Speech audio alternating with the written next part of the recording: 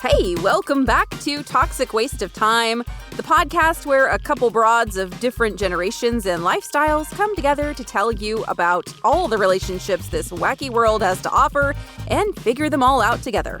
I'm Katie. And I'm Ivy. We would like to firstly thank you guys for being here for Season 2, Episode 20. Yay. We're going to take a short break after this episode as we close out Season 2, but keep following because we will be back with more relationships and more opinions. So many opinions. Today, we're going to talk about frenemies, which is a fun word to say. I'm enjoying it. Frenemy. Frenemy. It makes me think of like ocean creatures where clownfishes live. Frenemies. Maybe, yes. Experts define frenemy as a friend who doesn't have your best interests at heart, betrays your trust, messes with your confidence, or belittles your success.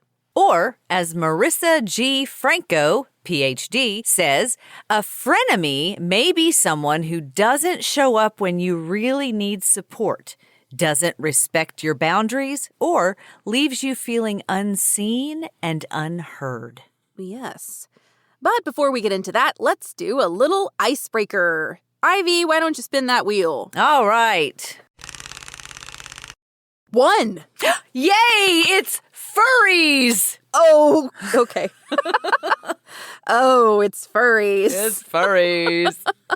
And I actually have a relationship with furries, complete with photo. Do you really? Okay. Yes. All right, well, here we go. All right, tell me about your relationship with furries, Ivy. I gotta know. Okay, so, I do a 60-mile walk for breast cancer every year in San Diego. And the lunch stop is at this big park in San Diego. I can't think of the name of the park.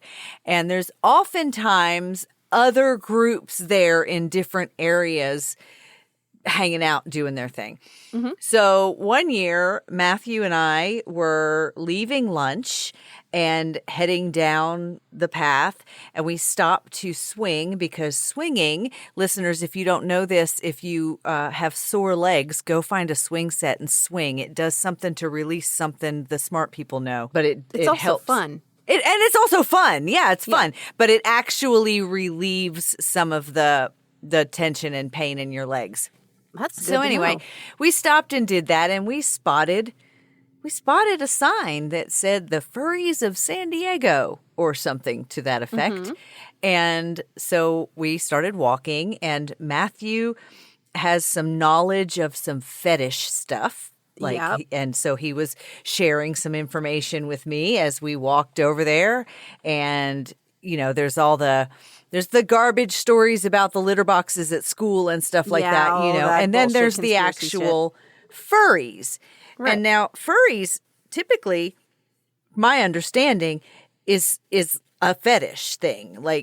But this group of furries actually had children with them. So I think it was a different sect. Yeah, my understanding is that all a furry is a person who enjoys anthropomorphic animals or animals that are being personified, right? And there is a subgroup of that fetishizes it. Okay, but you can just be a fan of, that's what we Fox agreed. Version of Robin Hood and be a furry. Yeah, we agreed that they weren't bringing their probably 12-year-old children with them to their but one of them was hot as fuck, Katie. He was like a wolf or something. And it awakened something in you? And, kinda. And I was and Matthew's over there hula hooping with the furry chick. The younger one, he wasn't flirting or anything. He was it was one of the younger ones. They had hula hoops and they were hula hooping. And I was like, get over here and take my picture with this hot furry. He was like, he was hot. So I have a picture of me with a few of the furries standing in front of the Furries of San Diego. We're definitely posting that on our Instagram. And I'll have to find it, but we can totally do that. That's my one and only experience with furries, but I enjoyed it, and therefore I do have a relationship with furries. Well, that's great. Do you have a relationship with furries? Yes, and it's not that. Okay, so listeners, while I understand what a furry is, okay, I don't have a problem with that. I'm not going to yuck anybody's yum. I really don't care what you're a fan of. As long as you're not hurting anyone or yourself, go with your bad self and have fun. However, I have a primal fear of people in costumes like that. Really? It is like ingrained in me since birth. I don't know where this came from. I cannot help it. It is like a innate fear that I have. So like if somebody dressed up like a wolf for Halloween, it would freak me out. Yes. Is it only if it's half human, half beast, or is it I've pinpointed what it is, okay? So like it's the idea that I know there's a person in that costume, but I cannot see or identify them in any way. I don't know who's in there. Okay. And that is scary to me. Okay. Does that make sense? Yes. Like, when I was a baby, I screamed and cried and had like a complete meltdown every time my mom tried to make me sit on the Easter Bunny's lap because that was horrifying. Yeah, but that's child abuse. I think that Easter Bunny and Santa Claus are child abuse. I was fine with Santa, but, I could see his face. I could tell he was a person, right? But, there are creepy people that do that shit. And when you put them in a bunny costume and you can't see anything about their face, it, makes it a little easier for them to be creepy sometimes, unfortunately. Yeah, but faces can fool you, too. Like, people have nice faces and are serial rapists. For sure. But I'm afraid of mascots. Like, when I was in college, if you went to MTSU, listeners, then get ready. So the mascot at MTSU is a winged horse named Lightning. It's a Pegasus, which is a really cool mascot. But the mascot costume, at least when I was going to that school, was horrifying. And the person who was the mascot, like, essayed a bunch of girls. And so he really was a bad person. Yeah.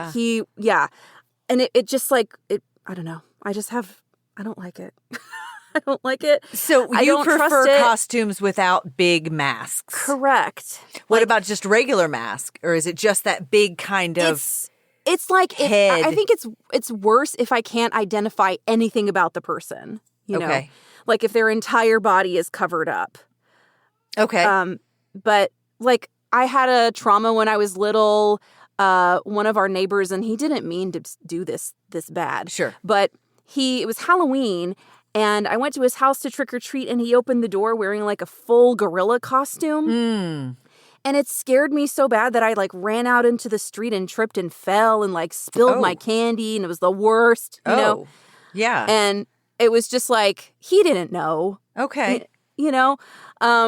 But that kind of thing, it's just in me. I can't help it. And it's not that I have any prejudice against furries. It's just like that thing scares me. The idea of a whole costume covering someone. I get it. I get that.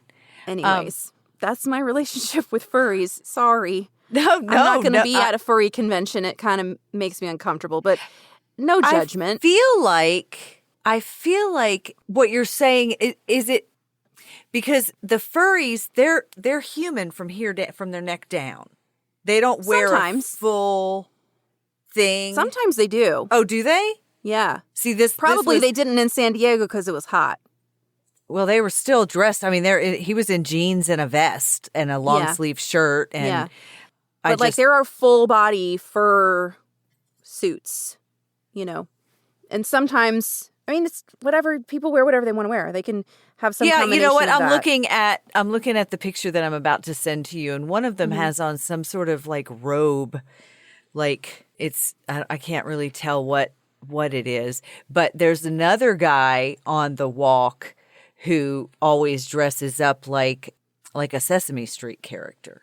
In a full, like he's either all Elmo, so he's all red, or all blue. I did not enjoy Disney World. You don't like those? Mm-mm. Do you? When we were in, I love gorillas, real ones. I love gorillas, real ones. Yeah. And when Wendy and I were in Vegas, there was there's all those people who want money, so they're doing their little thing. There was a giant gorilla costume. We saw two of them, but this one, I was like, I'm going to give him money and I'm going to have my picture taken with that gorilla. And he towered over me Yeah. And so I got like in the crook of his arm to like, get the picture He taken. should have had him pick you up like King Kong. Girl, he was shorter than me inside that costume. He kissed me like right here, like Oh my through gosh. the suit. Yeah, but he like came to like right. It was because the costume was just so big, Yeah. but he was actually a tiny little man inside of great. it. I don't think he funny. could have picked me up. When I worked at the elementary school, there was this like really ratty cardinal costume that was like the school mascot costume. Yeah. And the principal would wear it sometimes at pep rallies and stuff. And that was the only time that I wasn't afraid of it, was because like I could talk to him and I knew, oh, that's my principal. Like when I talk to him and I know his voice and I know who it is, then it's not a big deal. But like they would also have Nash from the Predators come and like hang out with the kids for assemblies and stuff. Yeah. And I would be like, I'm gone. I am not in the vicinity. Like I hated it. Sonny had a Halloween mask that was a wolf that I don't know how they work, but he could speak in it and the mouth would move. That No, was a thank little you. creepy. The dogs didn't like that at all. See, dogs have a good sense. They know. Something ain't right about that. All right. Well, that was a fun one. Wow. That was a fun one. And that was number 1. We've been holding on to that one for a long time. Yeah, right. Well, I don't know how to segue from that, but I'm just going to say From furries to frenemies, here we go. Frenemies. Frenemy, because you don't like furries. I like No. furries. Frenemies. There we go. Frenemies. So the term frenemy can actually be traced to Walter Winchell, an American journalist and columnist who in 1953 used the term to describe tense Cold War interactions between Russia and the United States. That is hilarious to me that the first frenemies were the U.S. and Russia. Right? I thought so too. I found that in a paper someone wrote. Like it was Ivy always finds the I best found little this tidbits. PDF. It was called Frenemies. One of them was called Frenemies and Bromances. Yeah. I like those kind of frenemies. The ones that become lovers eventually.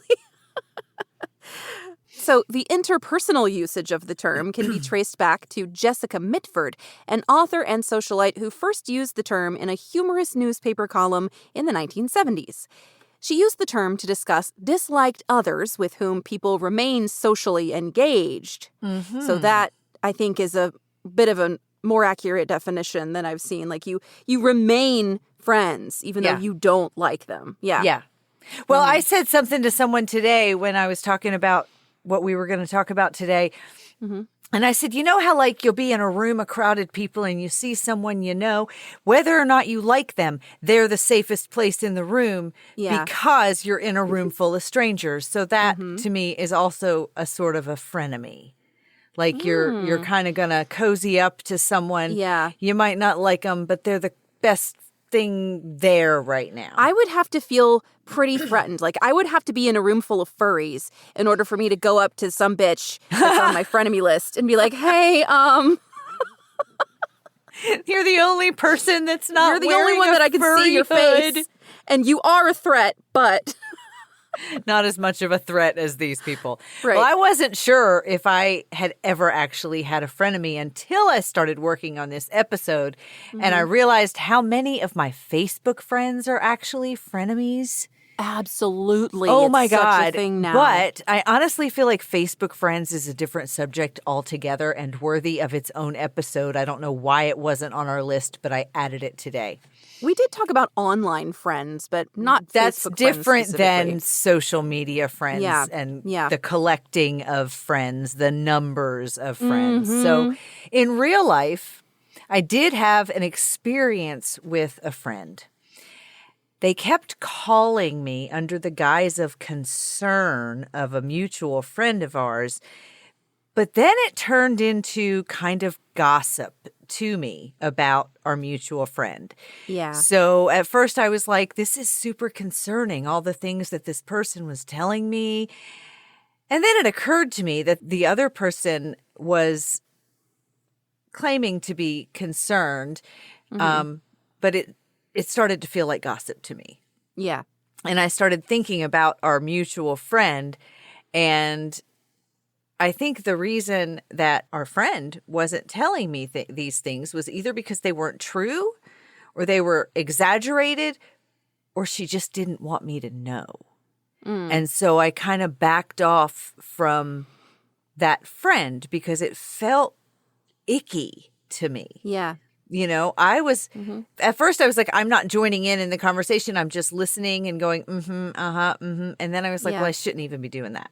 So once I started reading the articles on frenemies, I was like, oh, darn, like maybe I'm not the frenemy to either party, but it does sound like she was just trying to be a frenemy to our friend. Katie, do you have any frenemies? I did and sort of still do. Like there are some people that, like I said, I would have to be pretty desperate to like go up to and try to pretend to be nice to them. But I feel like that's more like just people I've sort of cut out of my life at this point, you know. But when I was younger, for sure, I hate to admit it, but yeah, I had several frenemies. Okay, so when I was a kid, probably between like 7 to 14 or so, I had a frenemy who we'll call Jillian. She was supposedly my bestie, but she and I were very competitive with one another and couldn't stand it when the other one had to win. So like if Jillian won an art contest, we were both artsy girls. If she won an art contest, then I felt like I had to win a bigger art contest. You know, if I got 100 on a test, she had to get extra credit somehow and prove that she was even smarter. So you were both doing that. We were both doing this, yes. And I can see now that that was a very toxic relationship. We tried to stay friends after she moved away, but I kind of just stopped putting energy into that because I made better friends later on. Also, her mom and my mom were also kind of frenemies. So that was interesting. You know? I think middle school and high school girls have this commonly because of the cattiness, the catty like kind of nature of for sure teenage girls. Yeah. Because I feel like that used to be more common, and now that I'm older, you don't see it as much. I'm glad we're not seeing it as much because, and I think, honestly, it is due in large part to the film Mean Girls.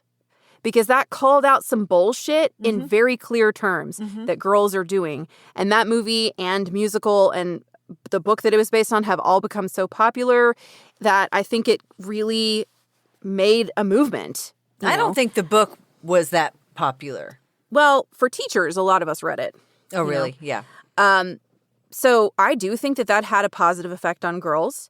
In middle school, I was friends with these two girls who were truly little toxic bitches. And they would talk shit about each other to me. And they were always in a fight. Or I was in a fight with one of them or so on. Or so she said this about you. And she's, you know, I can't believe that she did this or whatever. It took me years to realize that a friend who talks shit about their quote unquote friend to you is probably also talking shit about you to them. To everybody else. Yeah. Right? Because it's just not a good look to talk shit about your friends. And I've been guilty of that as well because, like I said, I've had frenemies. I've had people that I kind of have to stay friends with because we're in a show together or we work together. There's like friend groups. I had a friend group in junior high school, and the two that were closest to me could not stand each other. Yeah. So it was like, you know, if I want to hang out with this one, well, that one's going to be close by, but then she's also going to probably be a little jealous. But then I'm going to, you know, it was kind of like you have to kind of evenly place your time. Yeah. We should all just eat a cake made out of rainbows and be happy. Yeah. But yeah, those girls, they did the three-way calling thing, you know, like in Mean Girls where they're like, oh, yeah. Oh, yeah, you would have been Spring Queen if you weren't such a slut or whatever. And then, favorite oops, you're calling thing actually accidentally happened to talking me. shit to the person you're talking shit about. You've said the thing. Uh-huh. Yes, it's terrible. Be careful. Yes. It was not good for my attitude towards other girls either. No. You know? Mm-hmm. I started to see all of them as competition, and I chose instead at that time to be more of a pick-me and just focus on hanging out with the boys because I wasn't like the other girls. Right. Because the other girls were too much drama. Same. It's exhausting. I know. It's exhausting to not be like the other girls. Yeah. And every single girl on the planet has said, I'm not like the other girls. I feel like now it's more of a meme to say that. I'm not like the other moms. I'm a cool mom. I'm a normal mom. What is that commercial? It's got some of the Real Housewives on it where they're like, I don't know, but what I cleaning just their said is kitchen. straight up from Mean Girls. Yeah. Amy Poehler is a gift to the human race. As is Tina Fey. As is Tina Fey. Yep. I have a former best friend, and I think that's better than having a frenemy. If you run out of friend vibes with someone and you start to not like them, just end the relationship or change it. Because, you can always go to your frenemy and say, we should quit this back and forth thing, right? You could be a grown up and do that unless you're a teenager. And then we know you can't do that. I can't do that. I went from thinking that this person would stand beside me forever as my best friend to literally being unable to stand her. She was really terribly jealous of me and always trying to undermine me, always with the looks on her face, when I tell her something and she wants me to be wrong, or the jealousy thing, or, I have something she wants. Just one time, her boyfriend called me on the phone and said, well, that dress would look better on her anyway. It was my dress. I bought the dress. What? Yes. So that meant that she had bitched to him about exactly. To the point where he was tired of hearing it. And so he called me. He was not a bad guy. He was a good guy. And he called me up and tried to nicely convince me to give her the dress. Oh, my God. And I'm like, I'm not giving her the dress. And he was like, well, that kind of dress looks better on her body type anyway. You look better. That is fucking insane. I still have the dress. It's a beautiful purple velvet vintage mini dress. I bet it looks hella perfect on you. I have worn it in my 50s. Like, I bought it when I was like 18 years old. You win, bitch. Because well, I win anyway. But anyway, after I had kids, she got even more jealous. And she began to use her mental illness as a reason to mistreat everyone. It was her. It was her. What is crutch. it? Her crutch. Yeah. She was allowed to be this way because she has this illness. See, that's really toxic. At one point, it was like I woke up one day and went, you know what?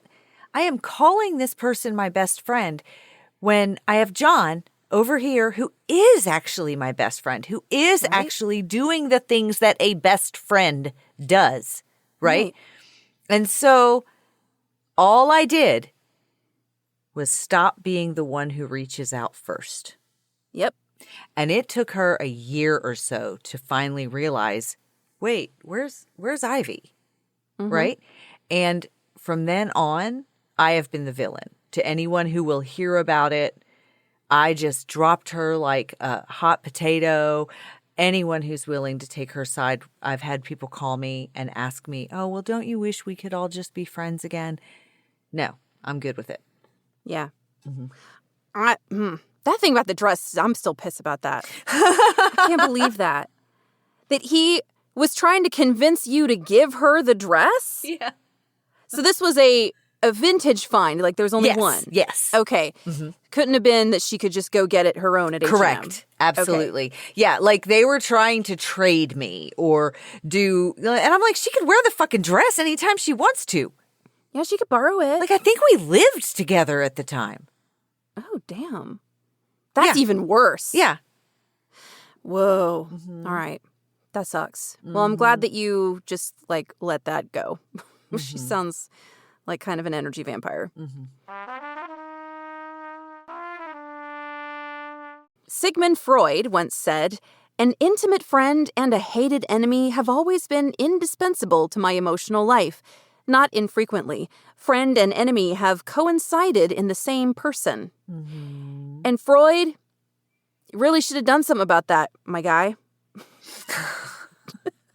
Well, I think that Just pointing it out isn't enough. But that quote goes so well with what I just said. Yes, about it does. my former best friend. Yeah. In an article titled 9 Signs of Frenemies, How to Spot a Frenemy by Lucio Buffalomano. The 9 signs that you have or are a frenemy. The first one, jealousy for your achievements. Katie, you mentioned that a second ago. Like, Yeah, I did. being jealous about you winning something instead of me saying, oh, congratulations. I might say congratulations to you, but I might think, I hope she fucking loses next time. Yeah. Oh, my mom told me a story about me and Jillian. We were on a road trip in the back seat, and we were playing some little trivia game that had like cards. Yeah. And we kept like arguing about this trivia game to try and one up each other to prove who was smarter. And my mom was like, "I will drive this car off a cliff if you don't shut up." Little bitches. Number 2 is secretly relishes your failures. Yeah. That's an enemy. That's just like a straight up enemy. I don't know. I don't think it is, because it's like not only relish, but hope for, not because I want you to fail, but just because I want to be a little bit better than you. Like Yeah. You know, it's almost like somebody I know posted something on the internet recently, and somebody didn't agree with it. And the other person was like, well, I hope this happens to your family. That's what that reminds me of.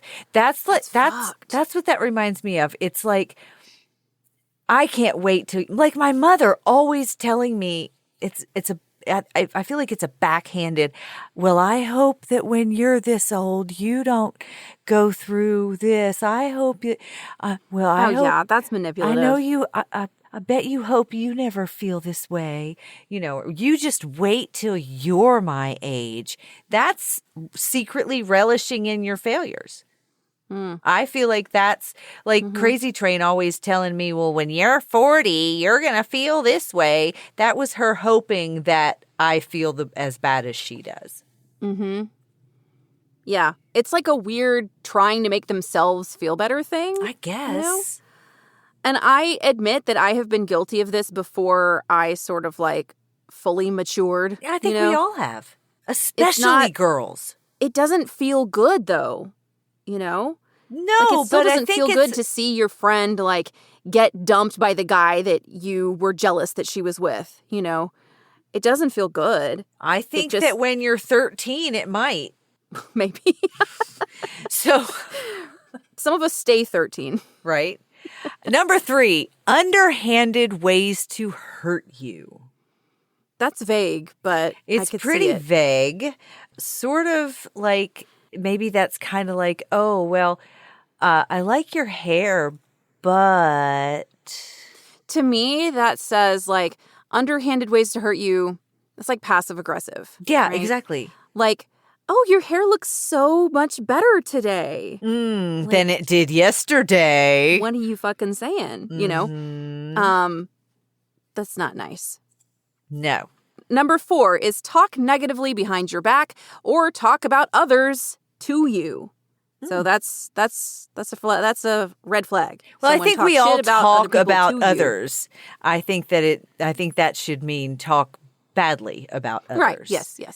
You know, and there's a very fine line, like you were saying, like the concern for someone else in terms of like, can we do something to help them being the motivation for that discussion versus like, can you believe this shit with no action taken or no intention to help. Just right. Gotta tell someone, you know, that to me is where the line is. Number 5, conspicuous absence of likes to your positive status updates, or they make negative comments. I do not like the conspicuous absence of likes. And Yeah, I I have think that's had a weird. friend get mad at another friend because they didn't like their posts enough. And Yeah, I see, thought that's how you know that I thought that toxic is- social media. that is the most petty thing I have Yeah. ever heard. I'm mad at you because you don't like my posts. Yeah. Like, I'm sorry, I'm not glued to your whole feed right now. And I don't really Just- understand. I don't think I like this one at all because conspicuous absence of likes. How is it ever going to be conspicuous that, I agree. I noticed that you've never liked a single one of my posts, Katie? What the fuck Well, is first that of all, about? that's not true, Ivy, because I go through and like your stuff all the time because it's so cute. But second of all, don't say that shit to somebody because, like, some It's people just don't. stupid. That is stupid. so childish right there. It is. This one, It is. I'm going to give number 5 a pass. All right. But Now, the negative comments, though, yeah. if they're making negative comments about your positive status updates, just block them. Exactly. We're done. Yeah. Like, that's unacceptable. Number 6 is asks lots of questions without good advice. So I'm not sure what that means exactly. Are they just like prying and then I they think just so. don't say anything to think help? it's- They're just like, That sounds to me like they're getting information to give to someone else. there you go. Yeah. Like, I'm just taking notes. Yeah. Yeah. Because if they're not offering anything, if they're just asking you a bunch of questions about your shitty relationship or whatever, and they don't have anything of importance to say back to you, I would be concerned maybe that somebody is going to turn around. Like, why do you want to know? Yeah. Why are you asking me that? Yeah. Number 7, passive-aggressive sabotage, deliberate mistakes to damage you and false mistakes to hurt you. That sounds like that happened specifically to the author of this article. And I, know, don't. I kind of I want to know. I want to know what happened. I kind of want to find the. Hang on, I'm going to find it Yes, like, 'Cause I have what all went these- down? Passive aggressive sabotage. That's not, Like, being passive aggressive is frenemy behavior. Full stop. Sabotage, frenemy behavior. Full stop. But passive aggressive sabotage. What even could that have been? I don't know. Like, why? I accidentally left my leftover fish sandwich in the back of your car when I knew that you had a date on the next day. Like, what? You have to be really creative. Passive-aggressive sabotage. If they often end up hurting, sabotaging you, or otherwise decreasing your performance, you have a strong indicator you're dealing with a frenemy. Deliberate mistakes to damage you. This one belongs to the very worst category of frenemies and the ones you absolutely positively must remove from your life. Here is what a deliberate mistake would look like. Her. Jenny, I'm so sorry, honey. I forgot to tell you this is an all-white party. They won't let you in like that. Oh. Yep, she forgot to tell you. Oh. How scatterbrained of her. What a bitch. False mistakes to hurt you. Gift for my friend. He's handing his friend who is allergic to peanuts a bowl of peanuts. Oh, okay.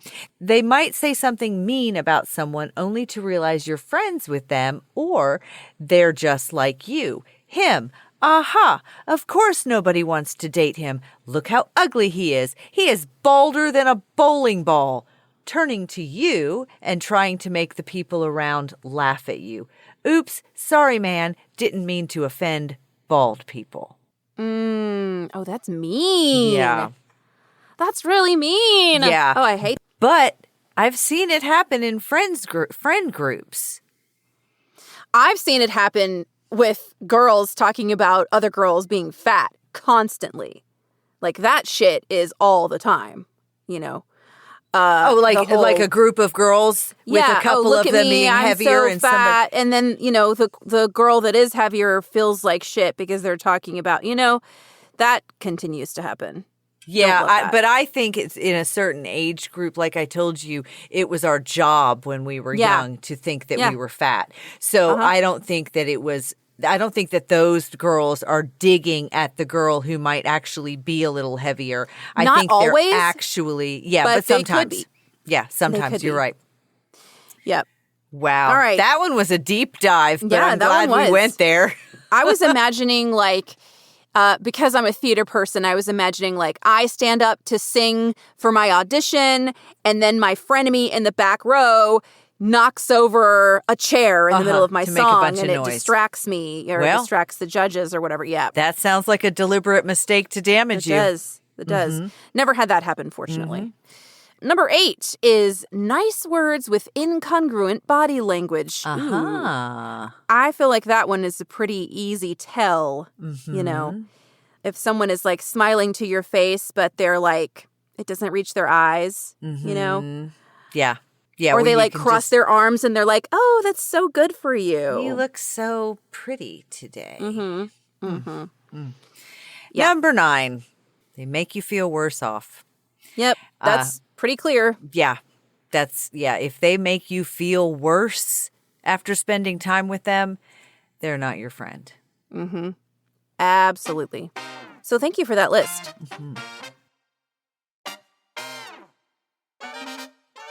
According to a 2013 psychology article by Dr. Alice Boyes about frenemies, there are 3 kinds. The ambivalent frenemy. This type has some good and some bad qualities. You may sometimes feel like you are competing with them for some unknown prize, or they may have hurt you in the past and you struggle with trust. If you want to keep the friendship, then you may want to figure out if the competitiveness is a real accomplishment or if it's just a matter of being able to say, I'm better than Jillian. I mean, I'm better than you.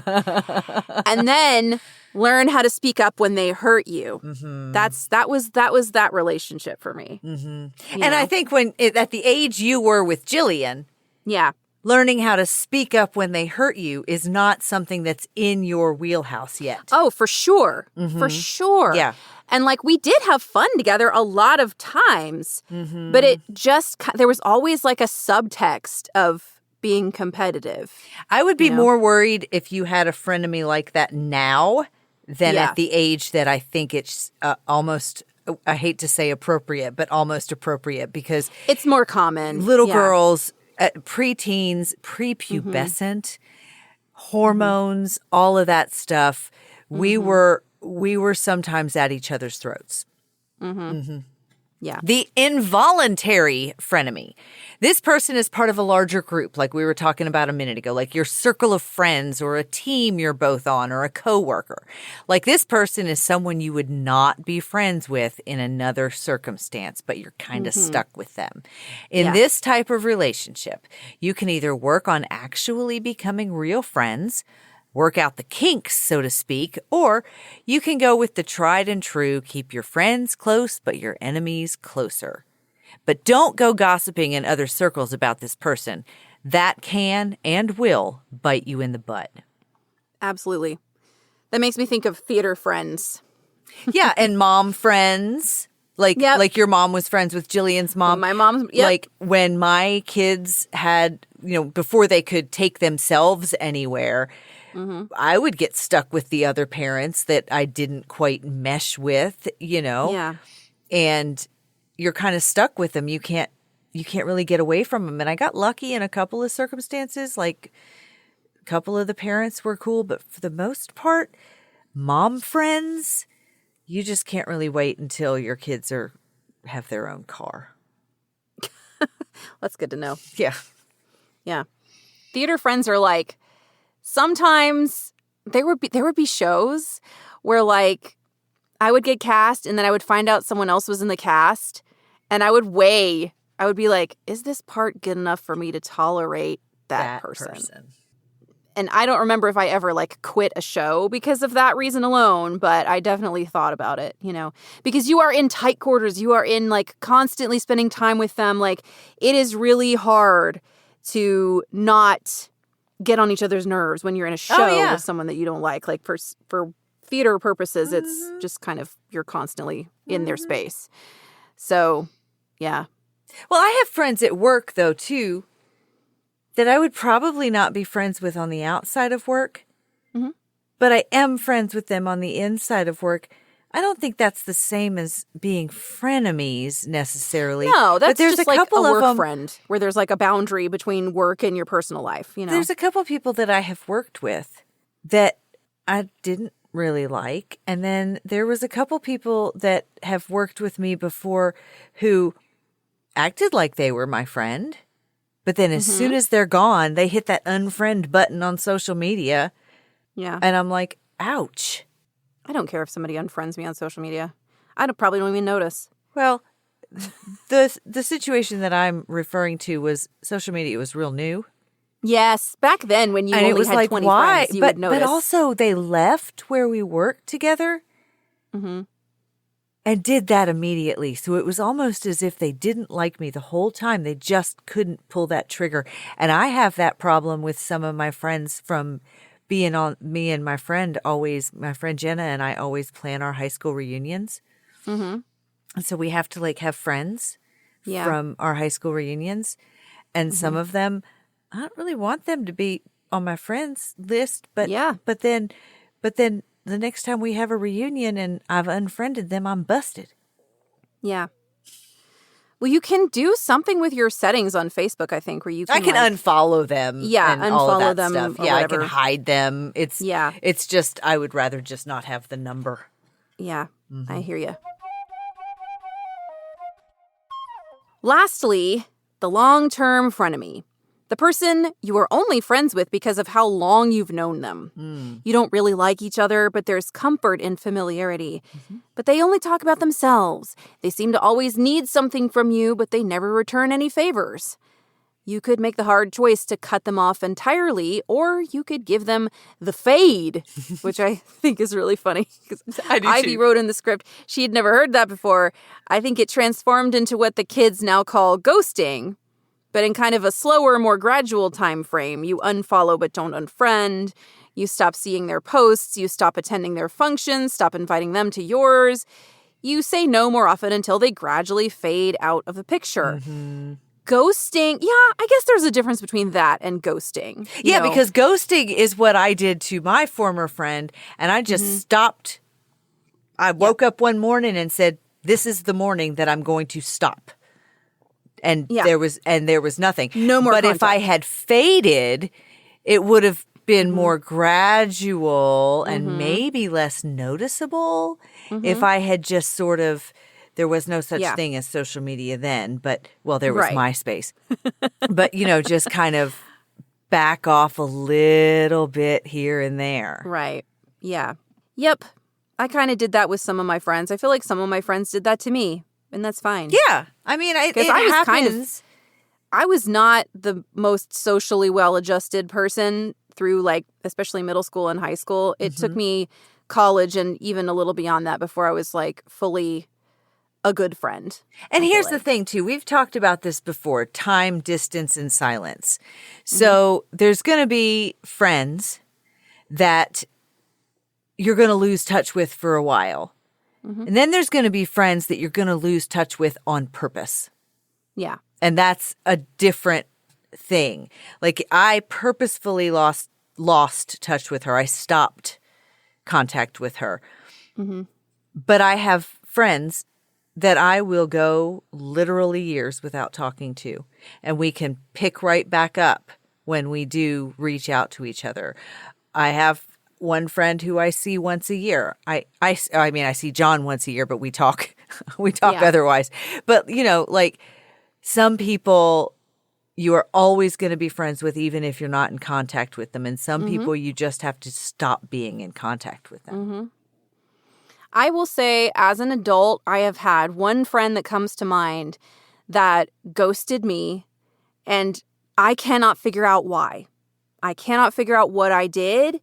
Have you ever reached out and asked? I did, several times, messaged her, and I was like, hey, if I offended you in some way, I'm sorry. I would love to talk about it. I would, just trying to, figure it out. But, she just never responded to me. Jody's mom did that to us. That sucks. But I mean, if I was toxic to her in some way, then she has every right to do that.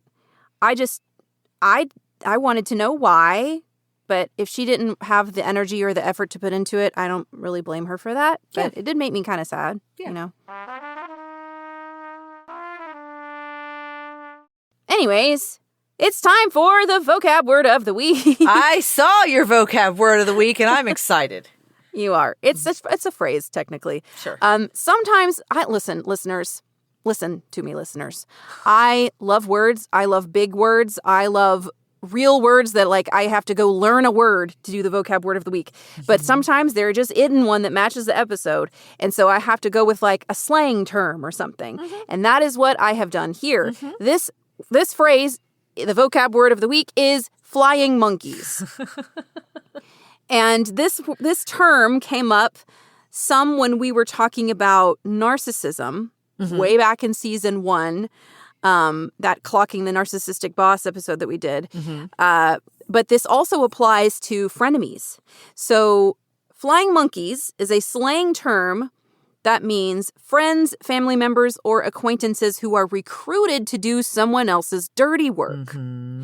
They will often unknowingly try to pull you back into a negative cycle if you begin to pull away. And it's a reference, of course, to the classic movie Wizard of Oz, because the witch has her flying monkeys. Right. And this is an example of what this looks like. Okay. So let's say Devin tries to skip attending a birthday party to avoid confrontation with a frenemy, Lance. Okay. Their mutual friend, Tanya, calls and convinces Devin to go anyway. And Tanya says, he'll be so hurt and upset if you skip his birthday. Can't you just put up with it for one day to make him happy? And, like, Tanya may not even have done that on purpose, but the fact that she did that means she's pulling him back She's into that being cycle. a flying monkey. Yeah. So don't be a flying monkey. If someone is telling you, hey, I need space from Lance, and I know it's his birthday, but I'm not going to go to that, and that's my decision. If someone tries to convince you beyond that and you're just like, hey, I'm just not comfortable, like, think about why they're doing that. And if you're the one doing that, think about why you're doing that, you know? Like, are you just trying to keep the peace? Is it because Lance is going to go to Tanya and be like, I can't fucking believe Devin's not here? Because if so, then fuck Lance. So He's a jerk. I got my feelings hurt when I got really excited because an old friend reached out to me. And I went outside and I prepared myself for a long conversation with an old friend. Yeah. And during the conversation, they brought up that old friend of mine that I ghosted. And it occurred to me that the only reason this person called me was to try to convince me to get back together with her. Oh, man. It hurt me because I was so excited to hear from this person. Yeah. And it was years. And they were like, damn. You know, we caught up and everything was great. And then they were like, so, and I didn't give any information. It was almost like they wanted me to tell them what happened. Believe me, this person knows what happened. She's aware of why I stopped talking to her. So you should have worn that dress to that friend date. Well, I didn't. It wasn't in person, so oh, okay. Yeah, it was on the phone.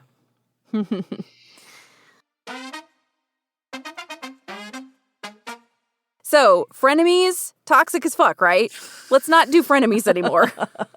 That sucks. That's not fun. I'm sure you agree, Ivy. Yeah. Yeah.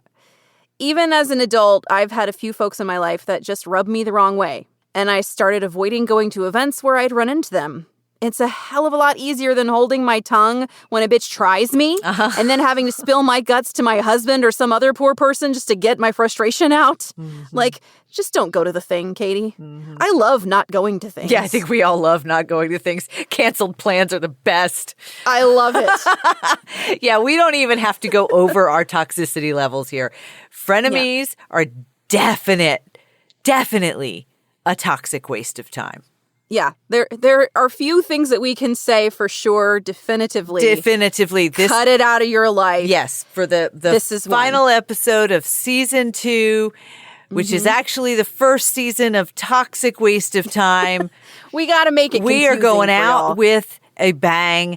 Frenemies are a toxic waste of time. You heard it here first. Except in 1953 when you heard it about the U.S. and Russia. Still frenemies, U.S. and Russia. Yeah, I guess so. Well, we're going to be enemies with everyone in a minute. Oh, yeah.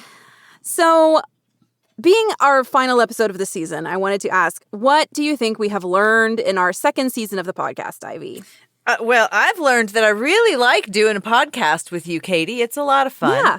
And You didn't like it the first season? No, I did like it a lot the first season. I've liked it a lot the both seasons. I have too.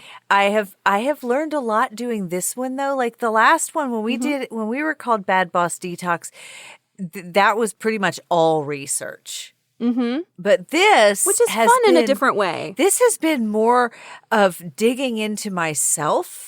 Yeah. And learning some things about myself, you know, and being asked questions about certain things, because being that this is relationships with everything. Right. We have dug pretty deep and into our own relationships with all the things that we've talked about. Yeah. I think I've learned some things about myself as well. Just really like confronting some toxic traits that I have still that I want to work on. Maybe some toxic relationships with things in my life, you know, that are not person to person, but like maybe I have a toxic relationship with Instagram. Maybe I have a toxic relationship with something else. And I've also learned that we do better as hosts, I think, Ivy, when we have less scripted, you know? Like the research is important and it's really fun to have those like stats and little tidbits and quotes and things. But I don't feel like we have to have a full script for every episode. Like we can just kind of riff. Yeah, we veer off a lot. And we're great. But So I don't really think people just podcasting. want to hear us have a conversation. I think No, they we have some guardrails. we Yeah. want some information. Yeah, for sure. Listeners, that about wraps up season 2 of Toxic Waste of Time. If you are enjoying listening, then please share this episode with somebody who has a frenemy. Yeah. You could send this to your frenemy and be like, this made me think. Send it to your frenemy and be like, hey, is this us? Do you want to talk about it? I mean, that would kind of be the mature way to handle it, but it would also be kind of shady at the same time. Like, No, that's it doesn't kind of have to golden. be. That's what you Listen, should do. I just listened to this podcast with these two rad bitches, and I think that we have some things to work on here. Yeah. I think that's a great opener without being passive aggressive. This is I really want to be your friend. I don't want to be your frenemy anymore. Yeah. I mean, that's a really beautiful way to handle that. Yeah, Yep. come to us for the fixing all of your relationships. Absolutely. So we're going to take a couple of weeks to get our ducks back in a row here, and we will be back with season 3 very soon. So I think it'll probably just be like a few weeks. Yeah. You know? Yeah. Because Ivy's been out of town. I have a ton of work to do. We're just going to record some episodes so we have them in the bank, and then we'll come back. Yep. So in the meantime, feel free to take a walk down memory lane and listen to some of our older episodes, even back from season 1 when we were called Bad Boss Detox. A lot of good content there. And if you'd like to reach out to us and suggest an episode topic, a vocab word, an icebreaker, or just say hello and tell us you exist, we would love that. Yes. You can follow us on Facebook or Instagram at Toxic Waste of Time, as well as our new Reddit sub, which I just made. Nice. It's called r/Toxic Waste of Time, and you can interact with us there. You know what? If I were going to suggest some episodes that you guys should go back and listen to during our little season-to-season gap, I think you should listen to the Radium Girls episode from season 1. Absolutely, yes. That one's a banger. It's kind of sad, but really informative. And I've had a listener reach out and email us and just was like, I couldn't stop listening to it. I was really fascinated, but it was also like really dark and upsetting. And like, I couldn't stop diving into that rabbit hole, and they were really wanted to learn more about it. So that was super cool. What's another episode you really liked, Ivy? They should go back and listen to. Well, you know what? It still pisses me off that the feminism episode didn't do very well. Yeah. The feminism, smashing our misconceptions and moving forward. We've actually had some more listens to it since we've become Toxic Waste of Time. And I think it might have been because when we were Bad Boss Detox, we had more dudes listening to us. So I think our demographics sort of flip-flopped a little bit. And then also we did that episode, I think it was episode number 2, the 3 historical bad bosses where we did. Yeah, that one's great. That was a really good episode also. Yeah. Yeah, so please enjoy those in the meantime. And we'll be back soon with season 3. Yes, and we didn't give them our email address, Katie. It's contact@toxicwasteoftime.com. Yes, we like emails. We do, and we like our listeners, and we can't wait to bring you more toxicity in a few weeks. Cooking up some more toxic shit in the meantime. All right, well, that is it for this week. We'll see you guys next time. Bye.